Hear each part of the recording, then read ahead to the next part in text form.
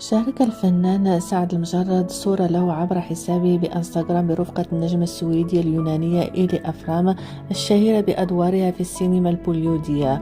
وظهر الثنائي بالصورة يرتديان ملابس تراثية تبدو من فيديو كليب سعد الجديد، حيث كان ممسكا بيد إيلي وحمس الجمهور بتعليقه قائلا: أجواء عالمية، ترقبوا المزيد.